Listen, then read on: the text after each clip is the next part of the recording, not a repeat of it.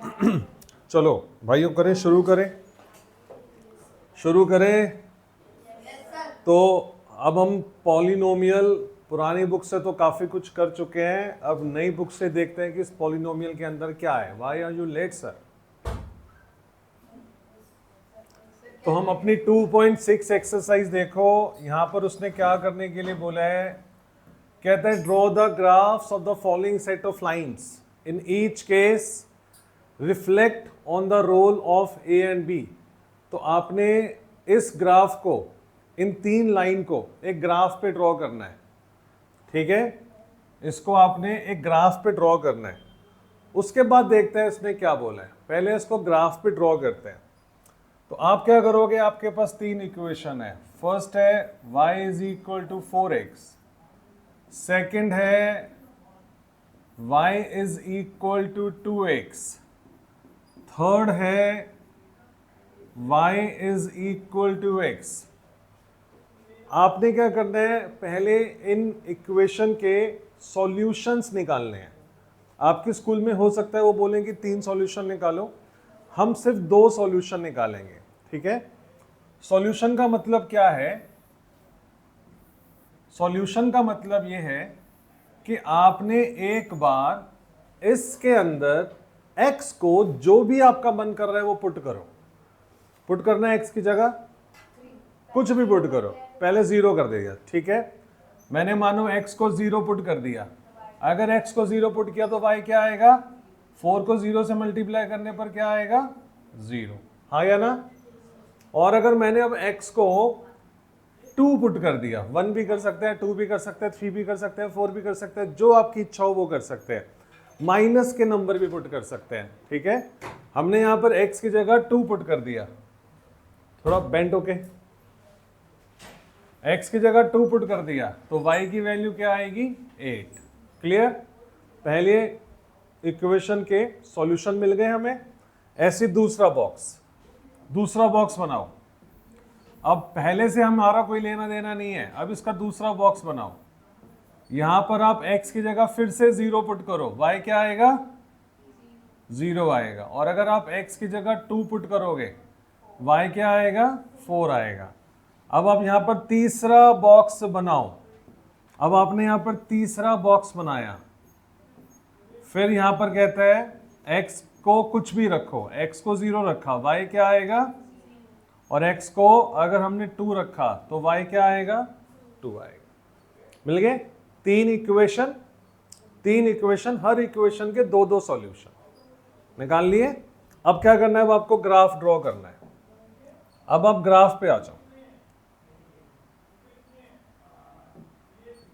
तो हमने ग्राफ बनाया कुछ इस प्रकार, यहां पर है 1 2 3 4 5, इसे x एक्सिस कहते हैं। ये x एक्सिस का नेगेटिव साइड, भूले तो नहीं हो? ये y एक्सिस का पॉजिटिव साइड, और ये y एक्सिस का नेगेटिव साइड। पॉइंट्स को प्लॉट करो, सिर्फ इस पे ध्यान देना, बाकियों पे अभी ध्यान मत देना। x0 y0, क्या ये इसका पॉइंट आएगा? x0 y0, ये आपका एक पॉइंट आ गया। अगला पॉइंट क्या है? x2 y8, तो आपको 8 तक एक बार जाना पड़ेगा, 6 7 और 8, यहां तक आपको बनाना पड़ेगा। वापस आ जाओ, x2 y8, यहां पर 2 पर गए और y के 8 तक गए, यहां पर आपने इसे प्लॉट कर दिया, ठीक है? अब आप हाँ बोलो। सर जैसे अगर हमें ग्राफ मैच करना है तो हम लाइन बना के ऐसे कर सकते हैं, वो तो ऐसे गलत तो नहीं होगा? कैसे गलत नहीं होगा बेटा, क्या पूछ रहे हैं? ऐसे अगर मैंने लाइन बना दी, जैसे मैंने स्ट्रेट लाइन नहीं बनाई, मैंने ऐसे नहीं स्केल से बनानी है भाई, स्केल से बनानी है, ऐसे, हाँ स्केल से, ऐसे थोड़े ना तू हाथ से बना देगा। यही पूछ रहा है ना? नहीं, मैं तो वो कह रहा था जैसे यहाँ से। ठीक है जी, अगली लाइन बनानी है। अब आपने बनाना है x0 y0 x2 y4, अब आपने ये बनाना है। तो x0 y0 ये पॉइंट आ गया, हाँ या ना? अगला पॉइंट आ गया x2 y4, 2 and 4, तो यहां पर आ गया 2 4। अब आप इन दोनों पॉइंट्स को मिला दो, ये दूसरी लाइन मिला दी, ठीक है। हाँ जी हाँ जी, और अलग ही तो बनेगी, अलग इक्वेशन तो अलग लाइन बनेगी। अब तीसरा पॉइंट x0 y0, तीसरा पॉइंट यहीं आ गया, x2 y2 यहां पर आ गया, x2 y2। अब इसको मिला दो, बन गई बच्चों 3 लाइन। तो ये उसने हमें करने के लिए कहा था, ठीक है। y is equal to a x plus b, ये हमारी लाइन की इक्वेशन होती है। क्या होती है? y is equal to a x plus b. A decide करता है डायरेक्शन ऑफ लाइन। क्या डिसाइड करता है? कि ये किस डायरेक्शन में जा रही है। इसको इन अदर वर्ड्स स्लोप भी कहते हैं। स्लोप का मतलब हुआ ना झुकाव, कि स्लोप ऐसे है, ऐसे है, ऐसे है, कि स्लोप कैसे है। और बी का मतलब होता है वाई इंटरसेप्ट।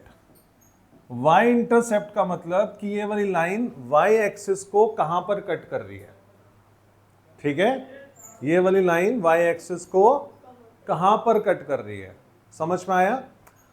अगर किसी लाइन में हम बी को सेम रखें और ए को बदलते रहें तो क्या होगा?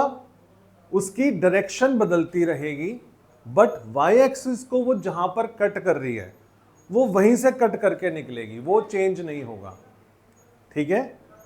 समझ रहे हो मेरी बात?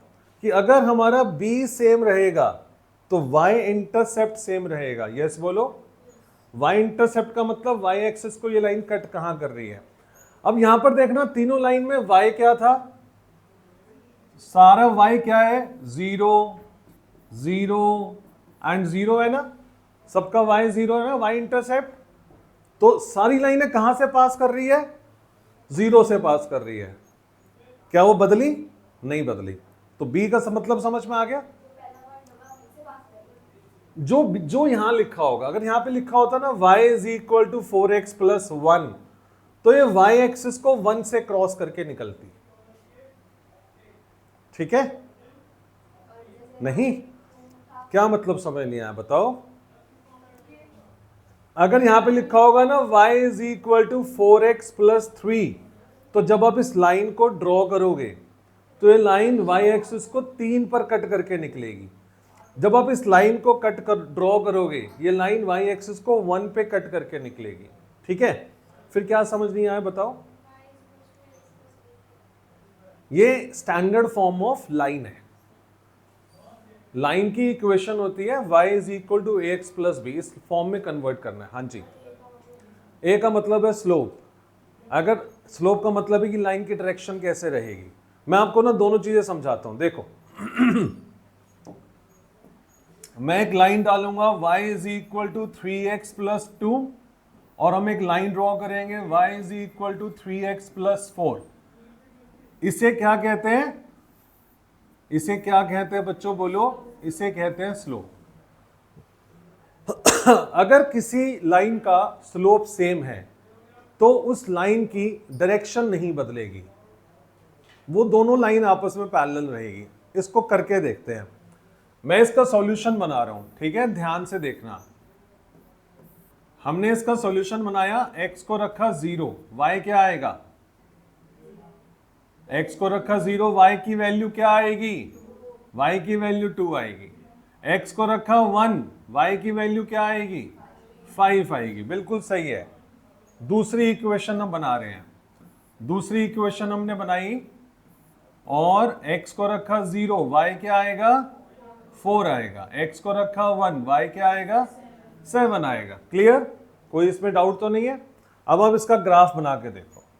अब आपने इसका ग्राफ बनाया, 7 तक जाएगा, 1 2 3 4 5 6 7। x हमारा 1 तक ही जाएगा, 0 1 0 2 पे प्लॉट करो, 2 3 4 5 6 7। तो 0 2 आपका ये पॉइंट आ गया। फिर आएगा 1 5, क्या कर रहा हूं मैं, 0 2 आपका पॉइंट आ गया यहां पर, और 1 5 आ गया यहां पर। इन दोनों को ज्वाइन कर दो। कर दिया? अब मैं क्या कहना चाह रहा हूं, मैं ये कहना चाह रहा हूं कि जब भी x के कोफिशिएंट की वैल्यू नहीं बदलेगी तो उनकी डायरेक्शन भी नहीं बदलेगी। अब जो इसकी लाइन ड्रॉ होने वाली है ना, that line will be parallel to this line. आगे समझ में? तो लाइन की डायरेक्शन किस पे डिपेंड करती है? x के कोफिशिएंट पर, जिसे हम a कह रहे हैं। y is equal to a x plus b. Clear? Clear? अब मैं इसको ड्रॉ करके देखता हूं, फिर दोबारा पूछना मेरे से, कुछ पूछना हो तो। x को रखा 0, y आ गया 4। सर एक बार ही x कोफिशिएंट को अलग रखें। x को रखा 0, y आ गया 4। ये पूरा करने के बाद x को रखा 1, y आ गया 7। इन दोनों को प्लॉट करना। क्या ये दोनों लाइंस पैरेलल आई? अब आपको a का रोल समझ में आया? a का रोल क्या है? y is equal to a x plus b. y is equal to a x plus b में a का रोल समझ में आया? तो बताओ a का रोल क्या है? कोई भी स्टेटमेंट दो मुझे। बिल्कुल सही है, a will decide the direction of the line. If a of different lines are same, then the lines will be parallel to each other. a का रोल समझ में आ गया? पक्का? इसको लिखना है अपने कॉपी में, नोट करना, याद नहीं रहेगी ना बातें। अब b का क्या रोल है? अब b के पास चलते हैं। अब मैं दोबारा से एक और ग्राफ बनाऊंगा, यहां पर हम b को चेंज नहीं करेंगे। y is equal to 4x plus 5, एक ये लाइन बनाएंगे। y इज इक्वल टू, और इसको चेंज करेंगे हम, y is equal to 2x plus 5। अब की बार मैंने किसे चेंज नहीं किया? y is equal to a x plus b, मैंने b को चेंज नहीं किया। इस b का मतलब क्या होता है? ये लाइन जब ड्रॉ करोगे ना, ये y एक्सिस के 5 से पास करेगी। चेक करें, चेक करें। अब हमने इस क्या करना है? इसका एक सॉल्यूशंस निकालने हैं। सॉल्यूशंस निकाले, x को रखा 0, y क्या आएगा? 5 आएगा। फिर हमने x को रखा 1, y क्या आएगा?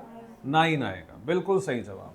ऐसे अब इसका दूसरा वाला चेक कर लेते हैं। सॉल्यूशन, हमने यहां पर x को रखा 0, y क्या आएगा? 5 आएगा। x को रखा 1, y क्या आएगा? 7 आएगा। अब इन दोनों का ग्राफ ड्रॉ करते हैं, देखते हैं क्या आएगा। जब हमने इन दोनों का ग्राफ ड्रॉ किया, y की वैल्यू मैक्सिमम 9 तक चाहिए। 1 2 3 4 5 6 7 8 9 और 0 और 1, दैट्स इट। x को रखा 0, y आया 5, 1 2 3 4 5, एक पॉइंट तो आ गया ये। x को रखा 1, y आ गया 9, एक पॉइंट आ गया ये। इन दोनों को ज्वाइन कर दिया, ये हमारी लाइन बन गई। बन गई इस इक्वेशन की लाइन। दूसरी लाइन बनाओ, x को रखा 0, y आ गया 5, x को रखा 0, y आ गया 5, फिर x को रखा 1, y आ गया 7। ठीक है, इसको ज्वाइन कर दिया, डायरेक्शन बदल गई, लेकिन क्या y इंटरसेप्ट बदला? पक्का? आ गया सर? है? तूने शोल्डर अप क्यों कर रहे हैं बेटा? y इंटरसेप्ट का मतलब होता है इस लाइन ने y एक्सिस को कट कहां पर किया है? कहां पर कट किया है? और दूसरी लाइन ने कहां पर कट किया है? तो मेरा क्वेश्चन है कि क्या y इंटरसेप्ट बदला? नहीं बदला।